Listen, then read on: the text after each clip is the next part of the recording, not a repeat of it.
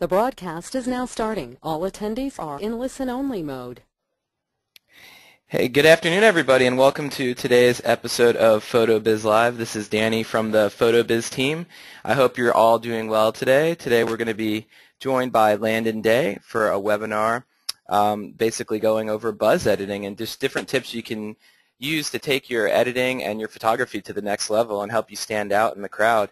So if you guys haven't heard of Landon before, he runs obviously Daydream Photography, and I have his website pulled up right here. And I must say, for you guys that have some extra time, beforehand, if you haven't checked out his site now or you want to later on, he definitely takes the PhotoBiz product to the next level. He has an awesome PhotoBiz website. It looks great. He's got a great splash intro page, and I think that everybody can learn a little from how he's got his website laid out. And Landon's been shooting professionally since 2004, and not only does he shoot, but he's also a teacher and a trainer. And he also runs graphicauthority.com, which is a website that provides tools and templates for photographers. So I'm going to go ahead and bring Landon on right now. Landon, how are you doing today? I'm good, thank you, Danny. Awesome. So guys, in addition from having the opportunity to learn from Landon today, we're also going to have a question and answer session at the end of the webinar. So you can submit your questions using the chat tool inside of the software here, and they're going to be answered at the end of the presentation. You can also join in the discussion on Twitter by using the hashtag PhotoBizLive. And if at any point during today's webinar you have any difficulty hearing Landon or seeing the slides, please use the comment box to let us know. Now, we do record all of our webinars, and this webinar will be available for replay on our YouTube channel, which is youtube.com/PhotoBiz. So with all that being said, I'm going to go ahead and turn things over to Landon and allow him to get started with his presentation. Awesome. Let me see if I get my screen to show up here. Yeah, sure. You got that, Danny? Mm-hmm. And if you want to go ahead and put it in full screen, and guys, can you guys see everything okay? And hear both of us well? Awesome. I can hear you, Danny, so I'm going to hope that they can hear me the same way.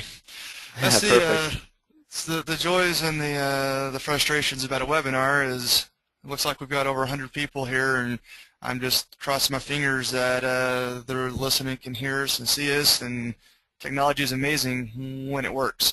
It looks like everybody is typing in responses that they can hear us, so you're good to go. Okay, awesome.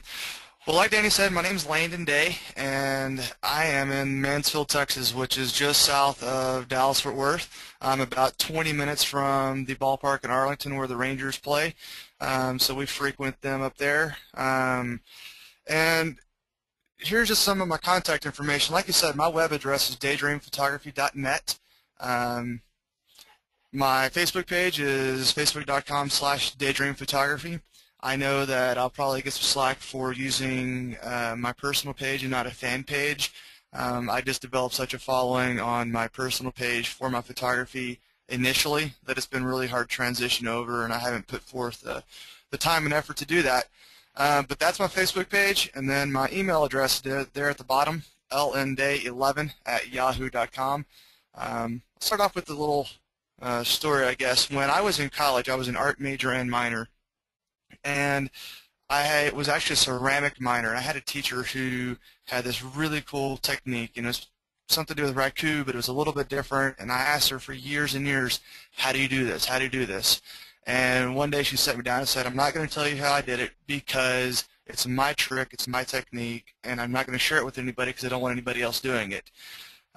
As a student, that frustrated me a whole lot, and at that point I swore that if anybody asked me anything about how I do anything, how I shoot, how I edit, how I do anything with art in general, ask me, I'm going to tell you, because she left such a bad taste in my mouth. So the best way to get a hold of me is that email address, lnday11@yahoo.com.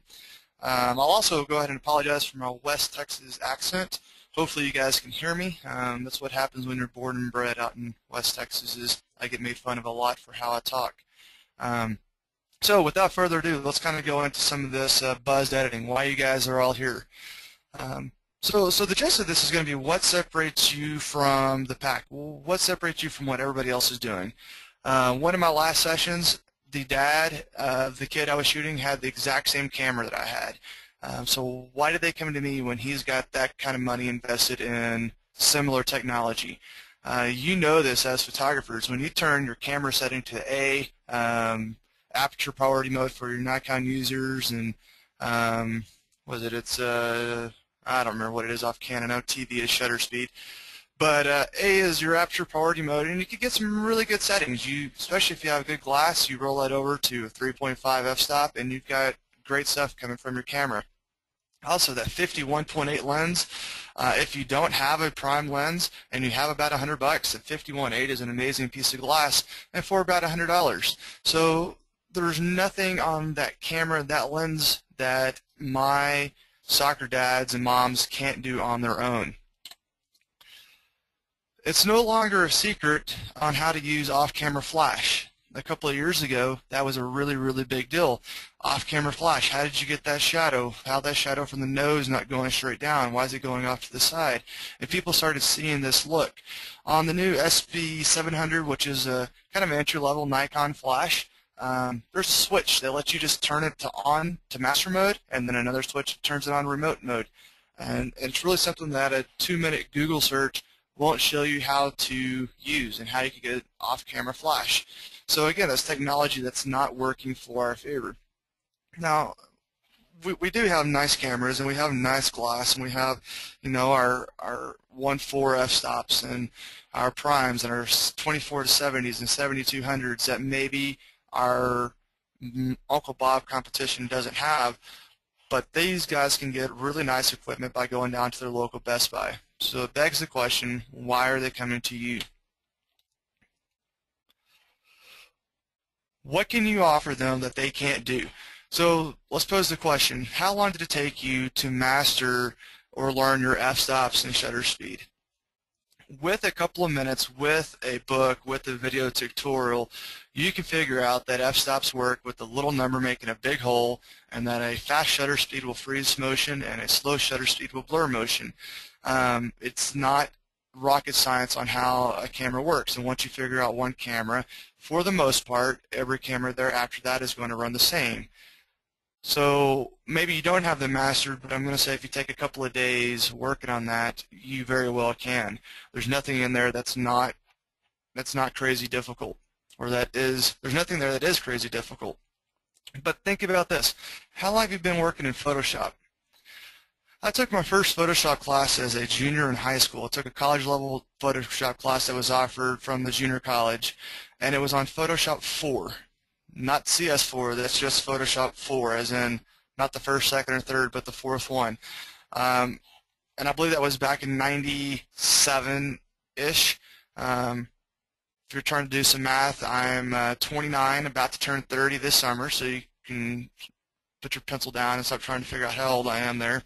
And I'll still learn new stuff in Photoshop every single day. I have an assistant named Danny, and I had her when I was teaching high school photography and taught her some of the very, very basics of Photoshop. And she's one of the rare Photoshop prodigy people, and comes into me one day and goes, "Mr. Day, why did you do it this way? Why don't you do it like this?" She would hit a couple of keys and did the exact same thing that it took me 10 minutes to show her how to do, and about 2 keyboard shortcuts. Most people aren't picking up Photoshop like that.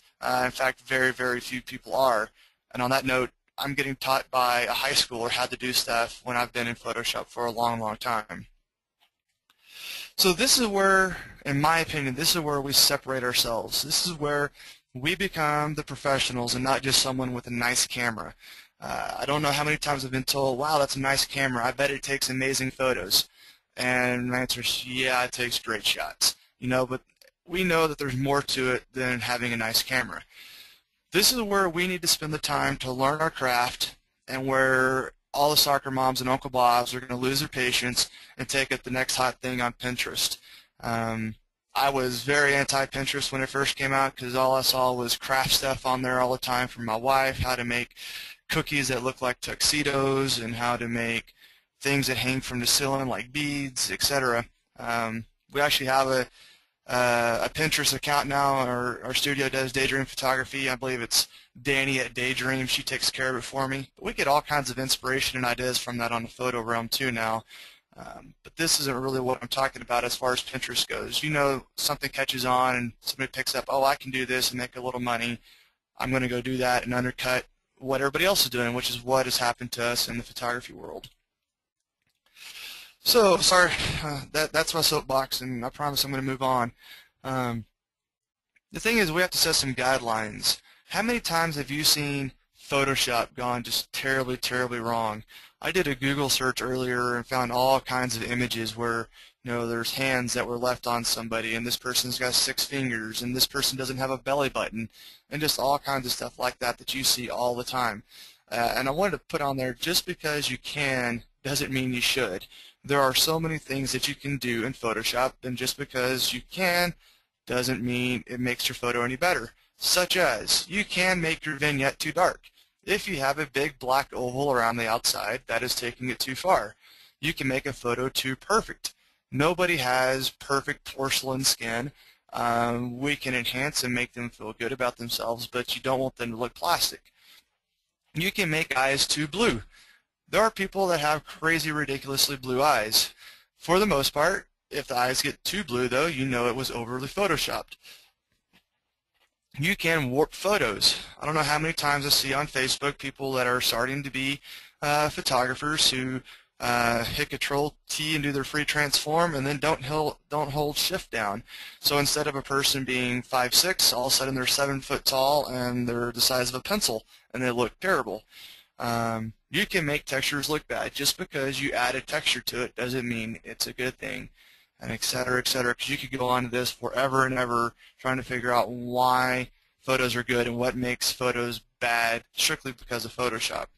So we want to make photos good because of Photoshop. So you need to think of everything in sections and in parts. On portraits, I always start with the eyes and work my way out from there. I do more high school seniors than anything else, and I probably do, secondly, I do more kids, and then kind of go out from there. So most of the stuff I'm doing is working on one person per frame. I do some families, I do some weddings, but that's kind of a different beast as far as how I edit things. So I do start with the eyes and work my way out, then go to the skin, the clothes, the background, etc. there. So once you get your photo technically correct, this means your exposure, your contrast, the skin, everything looks good, then this is where you start using your actions and tonings and textures and start really separating yourself, because this is what you can do and that they cannot do. Now we're going to go through some samples real quick of some photos that I pulled from some recent shoots that look really fine. This SFC down at the bottom just means straight from camera. This is exactly what it was, raw, straight out of my camera. This is using the Photoshop auto settings to correct tone and contrast. This is just using the Control-Shift-U, which is desaturate, to make it black and white. And then this is a black and white image using Nick Silver Effects 2 that really stands apart from this one. So again, here's all 4 of these guys. The top left image isn't bad. There's nothing wrong with that image. Technically, it's fine. I guess I could explain a little bit. That is the bride's dad in the foreground, and the bride and her mom are kissing in the background. You know, so it's one of those right place at the right time kind of photos. But there's nothing wrong with it. And the one right under that has some correct editing, and it's a little more contrasty, and it looks okay. And then the black and white up in the top is just that. It's just the black and white. But the black and white on the bottom starts giving me that film grain texture. It's got some burned edges like you would have from the darkroom, and it's a little contrastier. And it's going to be a black and white photo that Uncle Bob cannot do that I can do, that is just one more thing that's helped separate me from what else is going on. Let's look at a couple more. So straight from camera. This is just taken, you know, this is probably like a f2.2. That's kind of my sweet spot on my 50.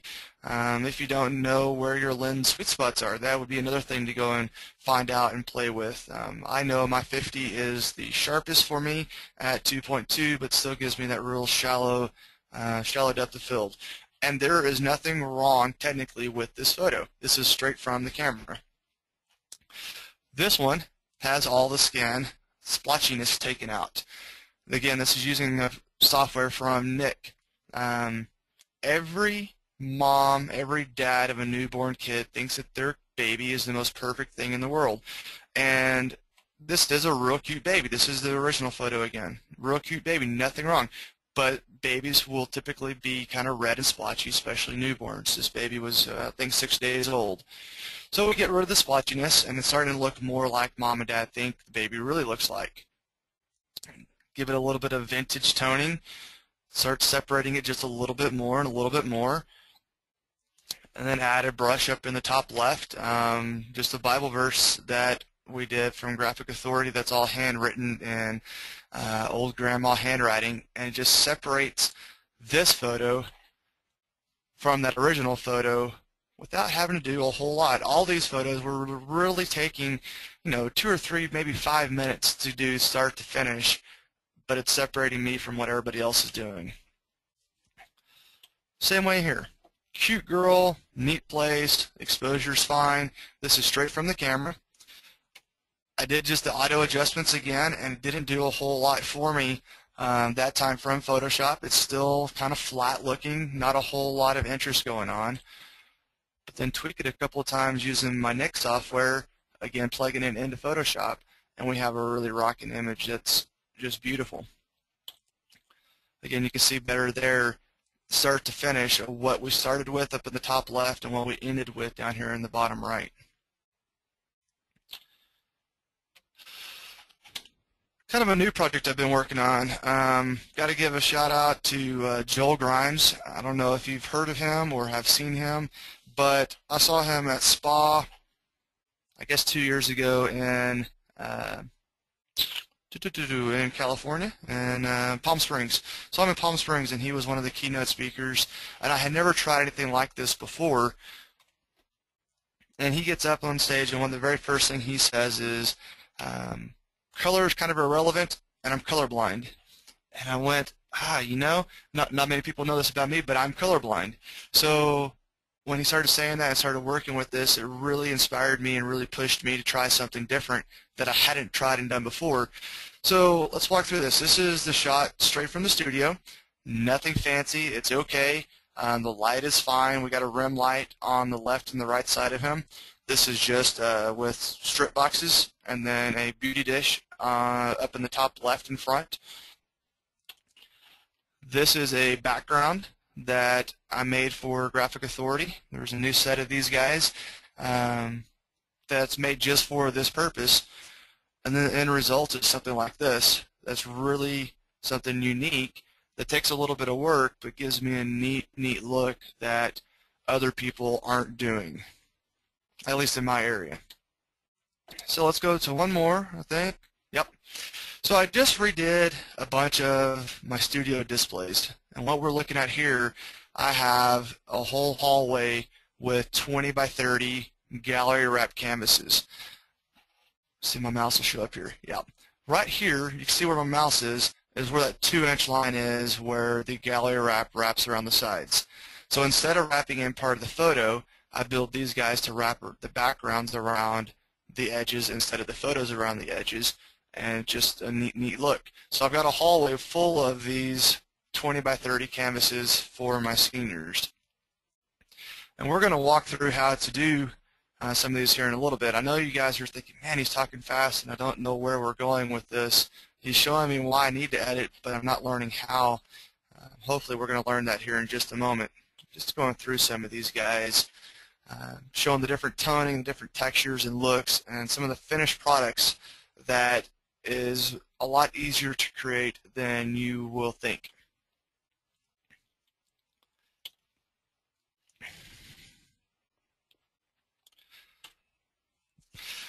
Here's some useful links and information for you guys. A lot of the toning and textures that you see me using come from lifecameraactions.com. I promise I'm not going to make this a sales presentation, but if you want to write down this information, you will see how I'm using it here in just a moment when we go into more of the demo mode.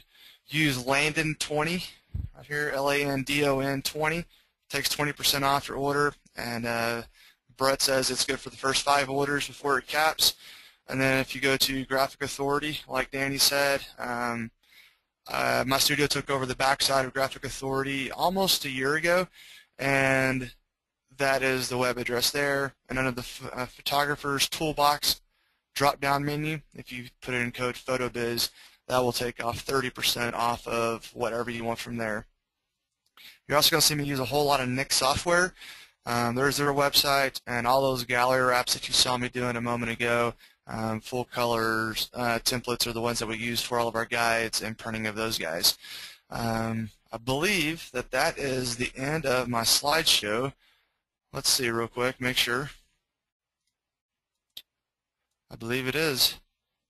So, without further ado, let's jump out of this, and we're going to jump straight into Photoshop.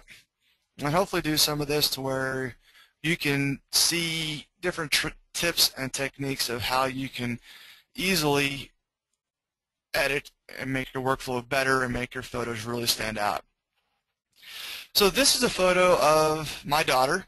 She just turned 3, and we did this right after she turned 3, and this is straight from camera. Nothing has been done to this guy yet. Of course, my Photoshop resets and preferences. Let me go through and tweak it something real quick that I use a whole lot. I use this zoom resize window and zoom with scroll wheel a lot, so I'll always have that set up. There we go. So I'm going to show you the action that I set up for working on eyes, and then I'm going to back up and I'm going to show you exactly what that action did. So right now, if I come down here, I have an action I named eye pop. So if you're familiar with actions, these guys are all loaded in here. You just click on this play button, and it goes through and does its thing. So right now, it's applied, and everything is sharp. What I'm going to do is I'm going to fill in this layer mask, and we're going to back up, and I promise I'm going to show you all this in a little slower motion. I'm going to paint it into black. There we go. Now painting the opposite, we're just going to paint on her eyes. Painting the opposite, there we go. And you can see now how her eyes are just going to start popping. They were already sharp. The back one is soft because it's farther from the camera and I'm shooting a shallow depth of field, but you can see how the difference there with just one pass at it. If you want to make it even more contrasty and even sharper looking, just drag that and make a new layer, or make a copy of that layer, and you can make it as sharp and contrasty as you want. Now this is where I do say you can overdo things, but this is back where the original was, and then with a couple of clicks you can see how her eyes just start popping out. And that is going to start separating you from what other people are doing. So let's back up real quick and show you how to do this. I'm not even going to show you how to create the action. I'm just going to show you how to do that eye pop. So the first thing is we need to make a copy of this layer. All I'm doing is I'm dragging that down onto where it creates a new layer. We're going to change my blending mode up here in the top right to overlay. And then we're going to come over to filter, come down to other, and go down to high pass. Now you can see when I start moving this slider left and right, it really starts to make it more and more contrasting. Somewhere normally around 8.5 or 9 is kind of where I want to hang out. So click OK. And the last things, or the finishing touches that we're going to do, is we're going to create a layer mask on top of it because I don't want the sharpening everywhere. I don't want the sharpening on her mouth. I don't want the sharpening on the stairs that she's sitting on. I just want the sharpening on her eyes. So if I create a layer mask, it defaults to white. If I fill it in with black, that then takes it all off. So there's nothing there. It's just like the original. Now when I come back in and paint it all with white, that is where the eyes are going to start popping again.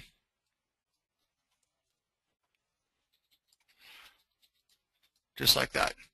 And because I do this on every photo, that's why we went ahead and created an action for it to make that eye pop.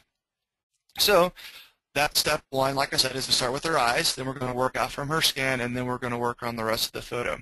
So coming into my Nik software, like we talked about, just going to click in Color Effects Pro. And I'm going to show you two different ways to edit skin.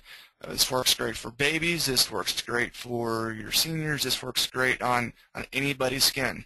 So it's going to, what you think of most of the time when you think of skin softening is you're going to go to the one called Dynamic Skin Softener, and that will work just fine. Right now we're working in a split mode. I believe the left one is going to be the one that we're editing on, and the right one is going to be the original, but I prefer to work in this kind of a split mode with the bar that I can slide back and forth and see what we've been working on. So if I use my eyedropper tool up here and just click on her skin, that is automatically going to soften and edit and smooth out all the skin. And there it is, and it's looking just beautiful. But another way to do this is going to be one that we find ourselves using a little more down here at the bottom, called tonal contrast. Tonal contrast was designed for landscapes, not for portraits. But just like photography, rules are made to be broken. So if we slide our highlight slider to the left, it's going to start softening anything that's in the highlights. Same way with the midtones, and you can see how that's just going away. Take our shadows down and take our saturation back down to 0, and this shows you a before and after. Again, it's subtle, but you can see if we zoom in here on her face what it is doing, especially right here in this area, some of the splotchiness in her cheek. So zoom back out of that. And the thing that we're going to do last is going to help me have a more defined direction of our light source. So if I click Add Filter, I'm going to come to Darken, Lighten, Center. Most people will use this as a tool to make vignettes, but I prefer to use it as a tool to enhance my direction of light. So if I click on Place Center, and instead of placing center in the center, to show you what it's going to do, we're going to kind of exaggerate this. Place center is right here. If I move this up here somewhere and not make that as extreme,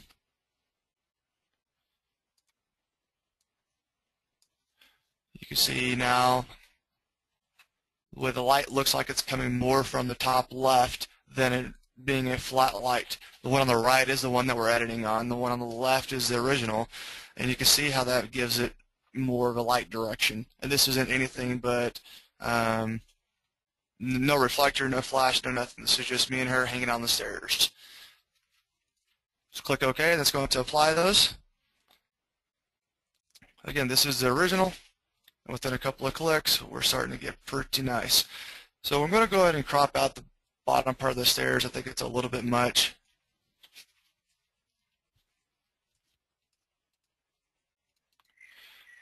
And the last thing that we're going to do on this photo is we're going to apply my favorite action called Awesome Sauce. And we're freezing up on me. Here we go. So Awesome Sauce. Again, these are from Live Camera Actions. I'm just going to click on the action, click play. It's going to give me a vintage, softer look.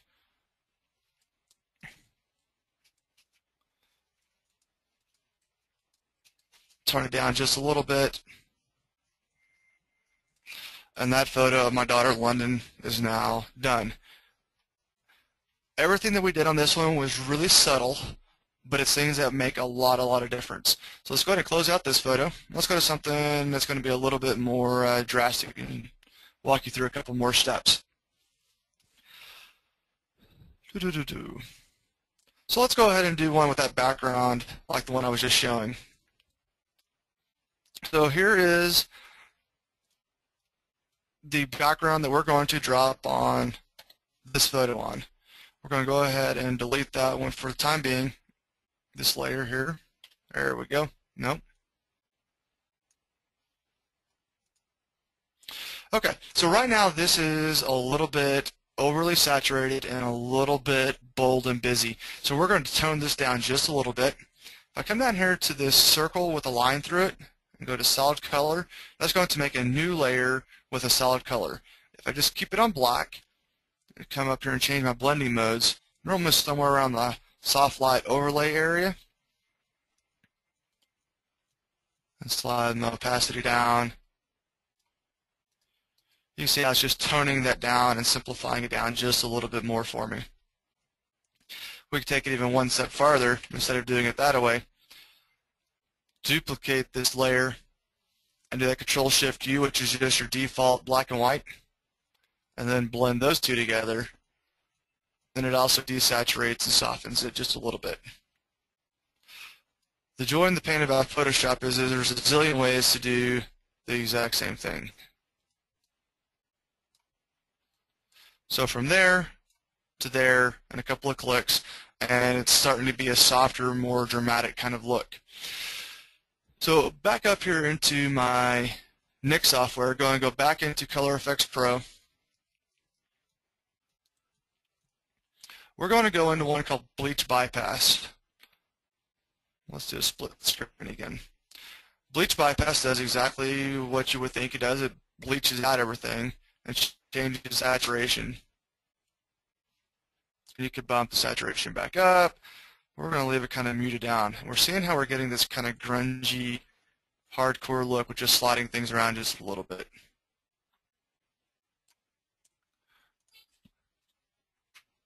And click OK. For those of y'all who have never put on a webinar, I've got to be honest, it's kind of weird sitting here talking to yourself and hoping you're not going too fast. You can't see any hands raising, can't see any faces that just look lost. You just kind of hope that everything's going well. So here is our background starting to take shape, and we're going to go ahead and drop in this photo of him, but we're going to edit it first. And we're going to do the same thing that we just did with that Bleach Bypass in Nik. You can see how this stuff is there with the artifacts. It's not really there. It just gives it something to show in Color Efex Pro for what it's looking like. All this is set up for my last settings, exactly how it just was. So we're just going to bring the brightness down just a little bit because I don't want to blow out quite as much. And click OK. Now this is already edited just the same as the site is over here. If I just drag and drop him over, go ahead and close that.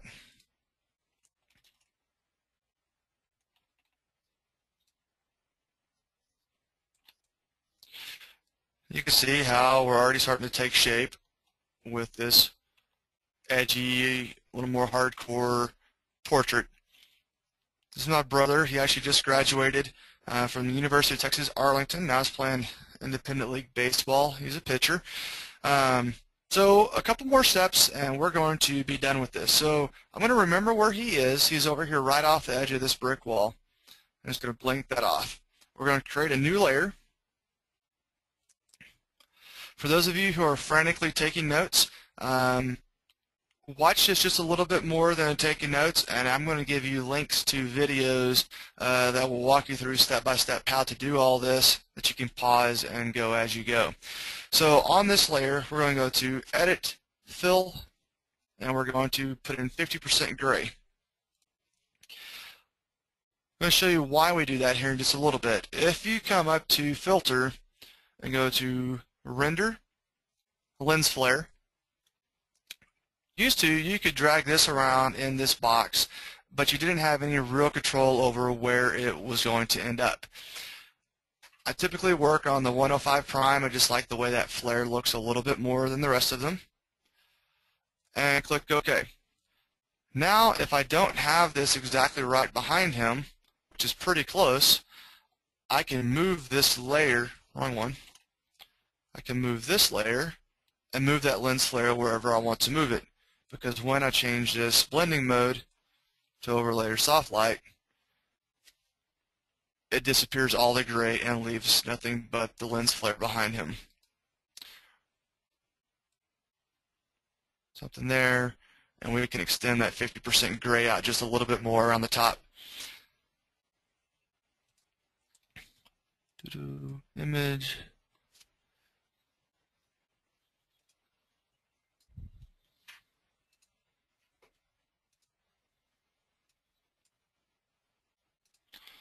There's easier ways to do this.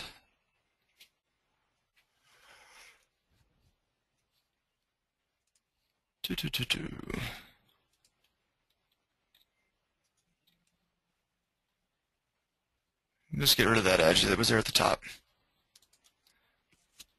So, getting closer and closer to being done. The last thing I want to do is come back into my Nik Color Efex Pro, and I'm going to use that dark and lighten center.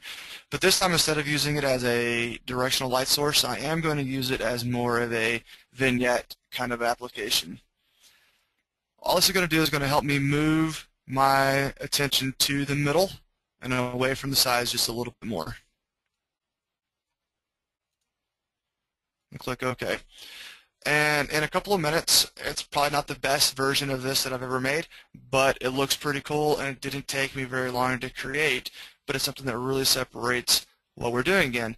You put this up on your Facebook page, and not only because it's a guy with his shirt off, but it's going to generate buzz just because it is a lot different than what you may typically have done beforehand. Go ahead and close out of that one.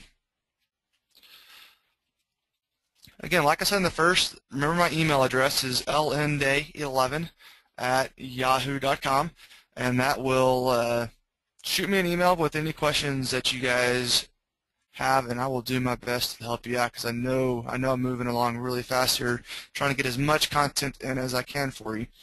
Again, this is another image straight out of camera, and we're going to walk you through this just like I would that photo of my daughter. I'm going to go probably a little bit faster this time like I normally would.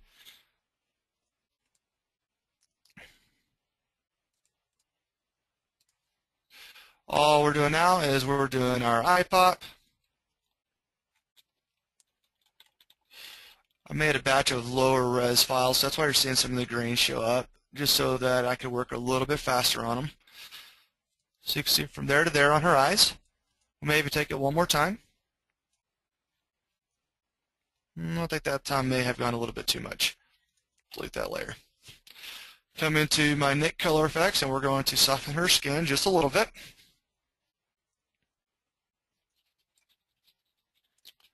Like I said, I prefer to use this one here in the bottom called Tonal Contrast. I'll move my highlights down, move my midtones down.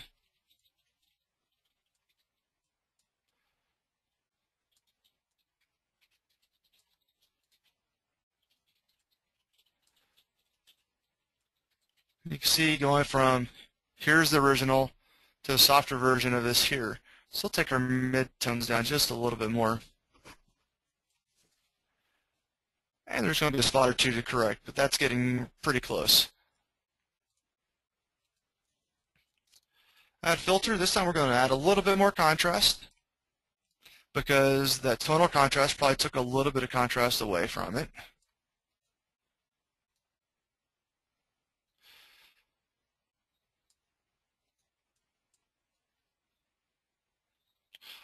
And the last one we're going to do is we're going to add that dark and lighten center and kind of make a little softer vignette around her.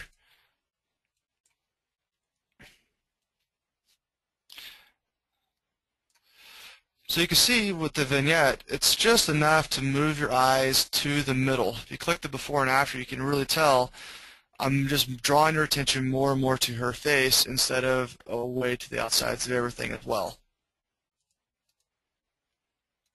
Click OK. That's going to apply all that.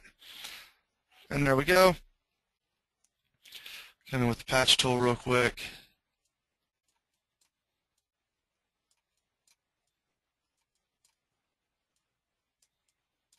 And that's fine. Again, like I said, my favorite action is called Awesome Sauce. Let's go ahead and apply that. Gives it just a soft, subtler, vintage-y-ish look. And we're going to take this one step further. I'm going to go ahead and flatten this, which is just Control-Shift-E. And then we're going to apply some texture to this. All these right here that say texture next to them are all exactly that, just texture.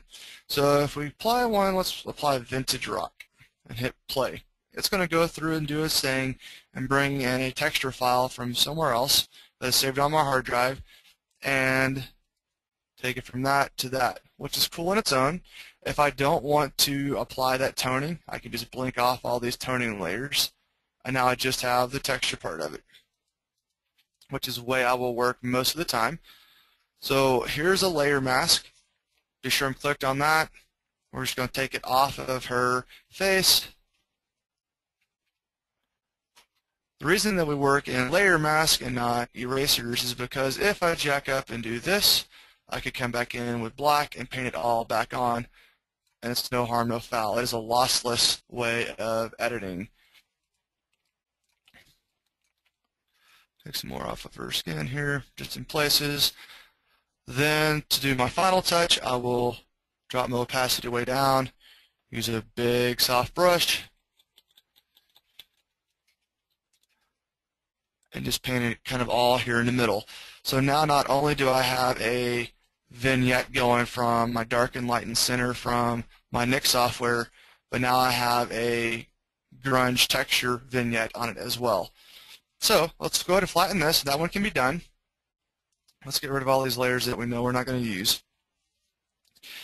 Danny, how am I doing on time? Got 10 minutes or so? Yeah, you're doing fine on time. Awesome, awesome. We're going to get through this project here. So what we're going to do is, like I said at the end of the slide part presentation of things, was I had those gallery wrap templates or gallery wraps that I made, and we had an edge and we had a background, and that's what wrapped around it instead of the photo. So right now, well, we're going to bring these over differently. I don't want them opening up as smart objects. One of those things in CS5 that I didn't learn until later, like I learned CS4 and before. So right now what we've got is we've got a background that's got a watercolor paper texture to it. We have a patterned paper background as well. We've got this edge, and we've got my photo. That's all we need to start making this into a really cool gallery wrap template or just a fine art print in general. So what we're going to do is I'm going to drag this whole set of things over onto this watercolor background paper. If you hold shift when you drop it, it will drop it right in the middle. Go ahead and close that one. And just like we were doing earlier when we created the layer mask, I'm going to create a layer mask for that whole background. If I start painting on black, that's going to start taking this off and revealing that watercolor texture in the background. So we just want to loosely paint on and off in different places, just so that texture's there, but not the emphasis of everything. Now we're going to add this edge is what it's going to be. Click on my arrow tool. We're just going to click and drag this over onto that pattern. We're going to shrink it down just a little bit. Again, I held shift when I dropped it, and I dropped it right in the middle. Control T is free transform, and if you hold Alt and Shift, it pulls from all four sides instead of just from one side.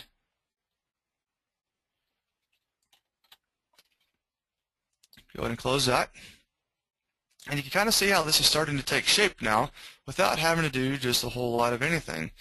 So here's the picture of my girl. We're just going to drag and drop her over on top. Go ahead and close this. And now we're going to make her a little bit bigger. I need her to be bigger than all that black area. So again, Control T, just fill up all the black area. And now we're going to create a clipping mask. In my opinion, the easiest way to create a clipping mask is to hold Alt and click between the layers. If you're looking up here in my layer palette, you can see when I don't hold Alt, it's just a finger, which lets me select whatever layer I want to work on.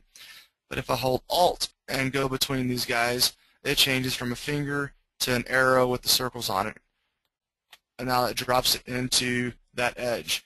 And you can see we've got these swirly things going on all around the sides. What we don't want to happen is we don't want this area to be around her face and in her hair. I'm okay with the texture showing through, but not quite to that extent. So the way to combat that is to go back to my clipping layer, and we're just going to paint black on top of those places, and that will get rid of it. All we're doing is we're adding to that clipping mask now.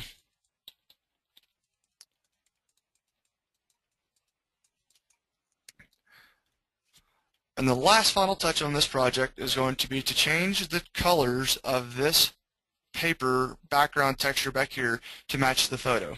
We want it to be as bluey as we do need to be more of a vintagey soft tones.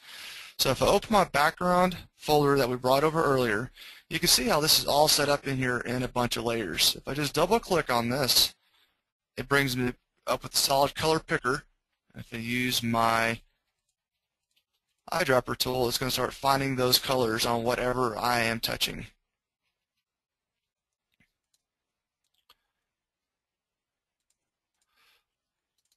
Come into this one and go into where it's already checked on color overlay, and we're going to do the exact same thing on this box.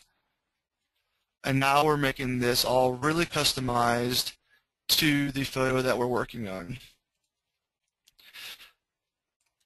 So again, within a couple of minutes, we went from just a plain photo that was a good photo to start with.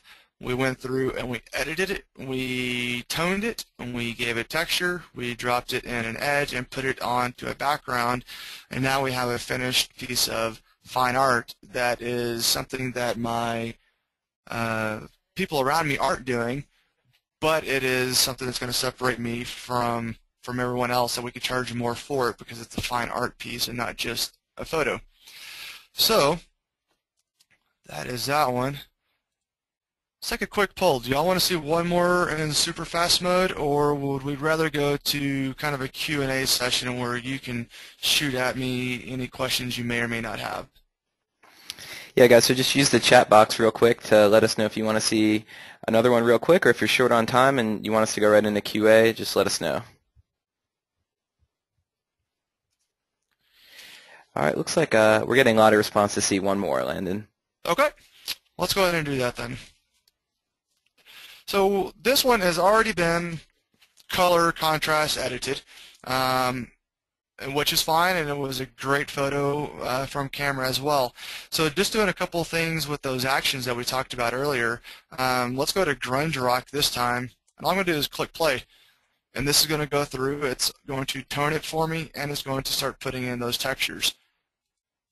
This one's not as obvious as some of these others, so let's jump into one more. I really like this vintage rock one.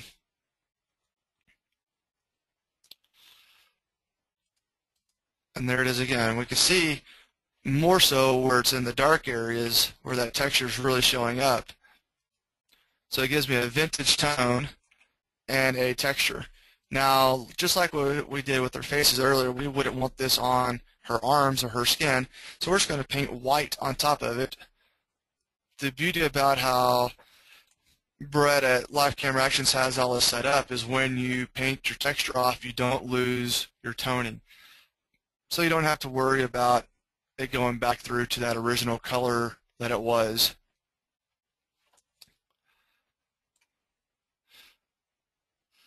So again, there to there.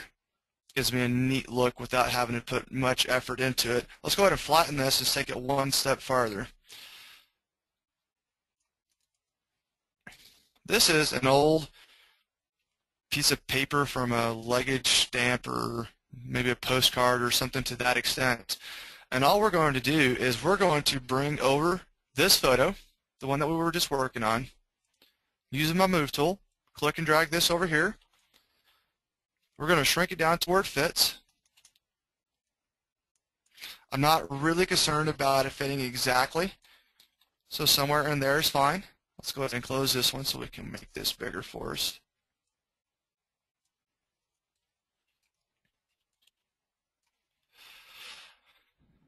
So again, that's what we're wanting to use, and this is what we have been working on.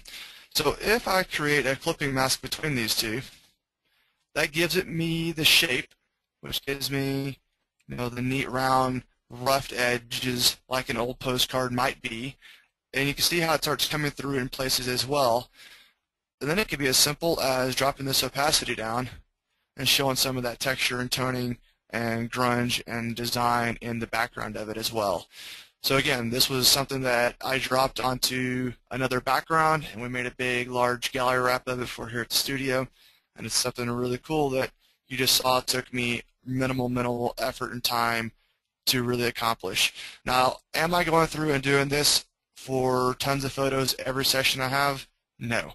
No. The photos that we do this for are typically the ones that I like, not necessarily the ones that the mom or the senior or the kid, the wedding may like.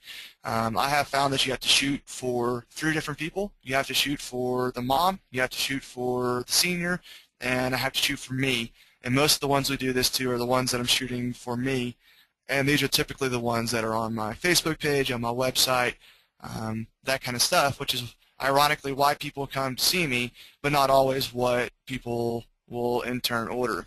So I think that's probably the last one that I have time for. So feel free, let's take a couple minutes to do some questions and answers, and we will go from there. Grab a quick drink.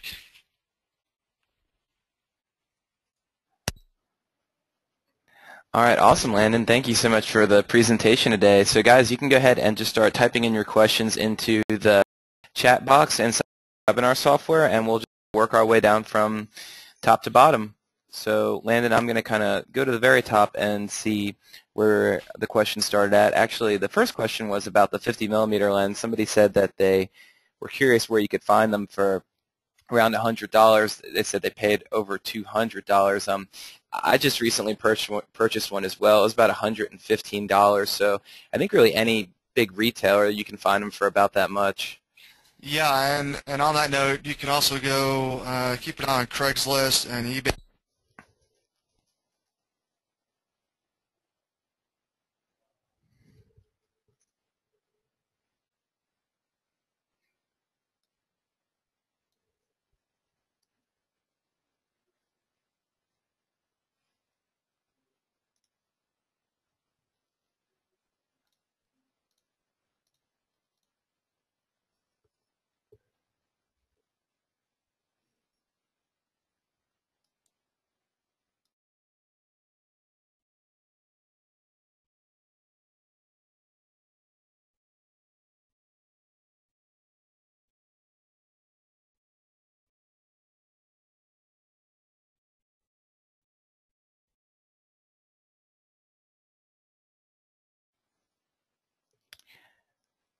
Looks like we lost sound on Landon. Let me see what I can do, guys, to get Landon back on here. Landon, if you can hear me on here, then maybe you might have hit your mute. Oh, it sounds like I hear you now.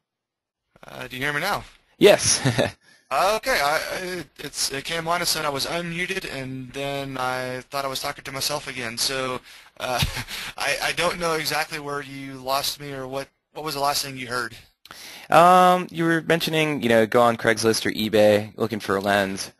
Yeah, I'm not opposed to buying used lenses at all, but I think I was saying that at Best Buy, I think you can buy the 50-1.8 Nikon lens for about $120. I'm not exactly sure on the Canon versions. Of course, if you go up to the 50-1.4 on Nikon, if you go with the D, which is the one I prefer, it's about $350 versus the 50-1.4G is about $450, I think. Yeah, so obviously, guys, if you're looking, you can check out local stores or B&H, Adorama. There's so many different places. They're all about the same price right now for the 1.8. Okay, so let me work my way down. A lot of different questions popped up when we lost audio here. So, what are you? Well, you kind of showed them inside of the webinar today, but we also had a question come up. What version of that Nik software you were using? Okay, that was, you can see all my Nik stuff over here on the left. What I was in mainly there was Color Efex Pro 4. In the slideshow presentation, there was that black and white set of the bride and her mom kissing in the background and then her dad up front. That was all done using the Silver Efex Pro, Silver Efex Pro 2, I believe. On that note, I said I was going to give you guys a link. If you go to youtube.com/graphic authority, I just put up, I believe, our 115th or so video on there, and they're all condensed. Most of the time I try to keep them under 5 minutes. This is how you do this trick. This is how you can edit this. This is real short to the point tricks using Nik stuff, using Photoshop in general, and of course using the Graphic Authority stuff as well. Yeah, and I just loaded up the channel there, so if you guys, you can check it out. I put the link inside the chat window, and it will take you directly to there. So let me send that out. All right, and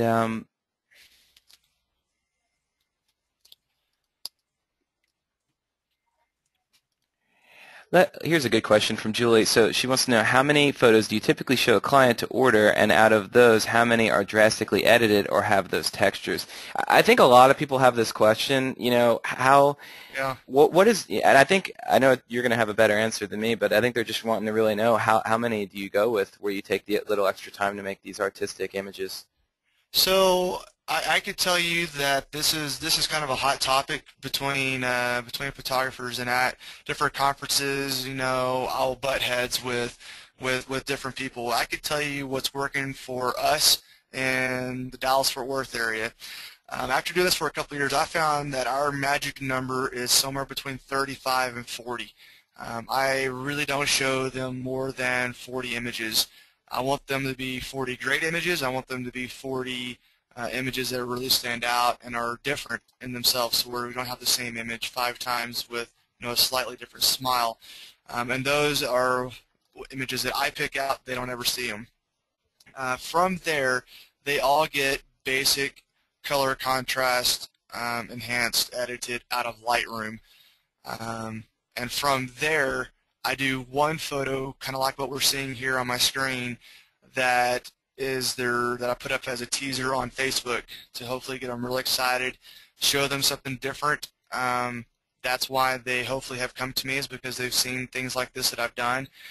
Even if they don't order the photo that we're looking at right here, if they don't order this one, they can then see another photo that they've done that we show them, and they're like, hey, I really like that effect that you put on this one. Can you do that on that one? And they can kind of get a feel for what we can and can't do. But typically they get one finished image, and textured and grunged and edged and all that kind of stuff, and then they see normally about 35 that have just been color contrast edited. Awesome. We had a question come up about the edges that was on, I think, the image of the girl. Was that one that came from Graphic Authority? That one. I believe is from a set called the Edge Elegant, and it's a set of nothing but edges and backgrounds to make that type stuff. And there's in that coupon code that I gave you guys, PhotoBiz. That's everything in that category is what we're seeing to do. Everything that I'm making here, if that makes sense. All the toolbox stuff, the brushes, the edges, the backgrounds are what that discount code is good for.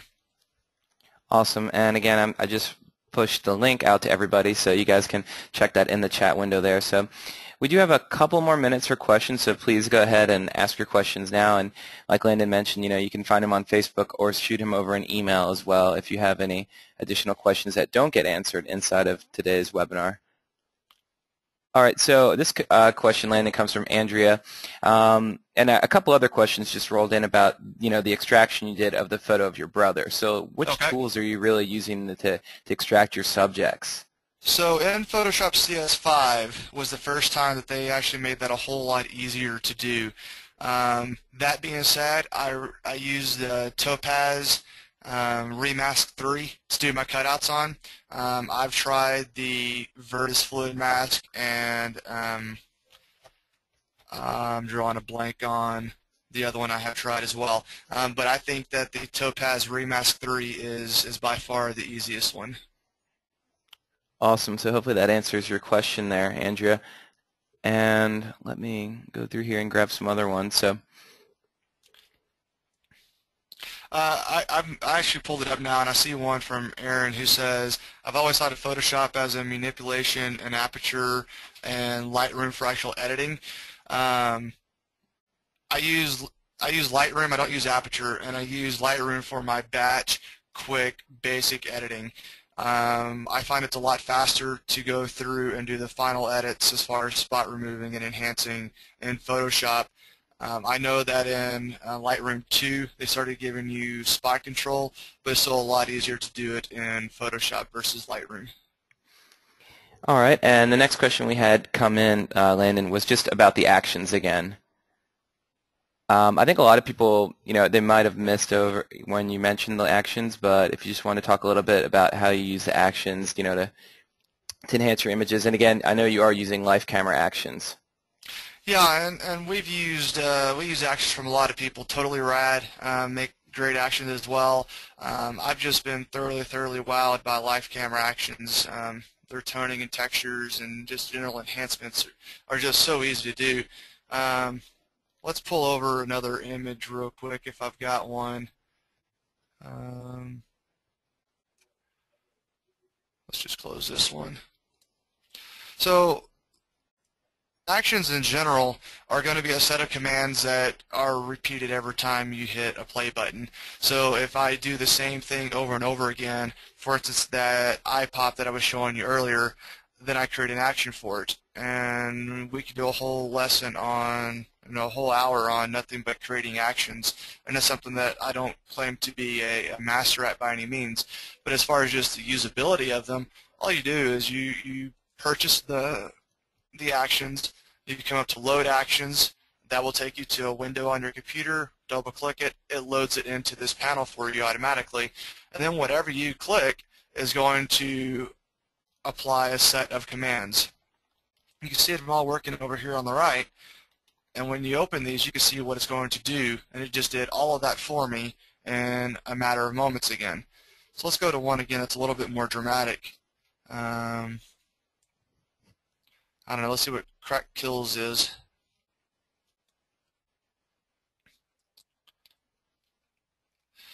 And you can see how it applies this cracked concrete canvas texture on it and tones it as well.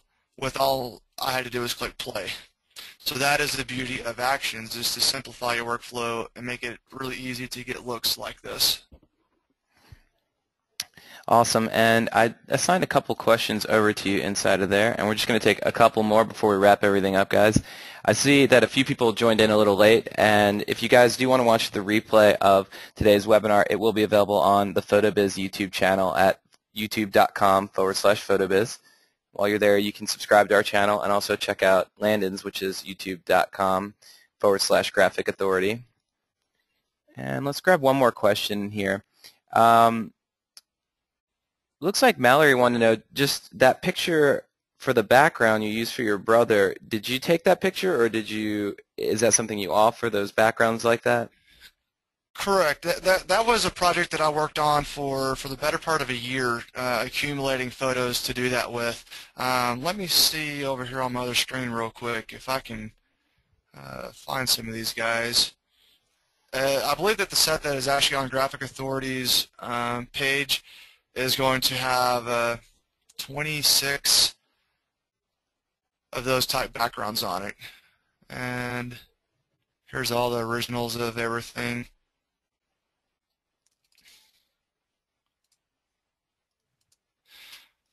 And it's just a whole bunch of backgrounds like this from this place that I'm lucky I wasn't shot in as I was going through it. Really kind of feared for my life the whole time I was out there. But most of this set is going to be, we called it Urban Grunge. Hopefully this is the first of several sets. Not solely geared to sports, but geared to a more edgy kind of look with sports in mind. Hopefully from here we could get some unique shots of stadiums and fields and that kind of stuff as well, and then maybe just some general country kind of looks. But here is just kind of the basics of what that set looks like. Again, it's called Urban Grunge. And this is, if anybody's curious, talking about Nick again. All of these I shot true HDR. Most of them are 5 to 7 images, and it was all edited using Nick HDR Effects Pro as well.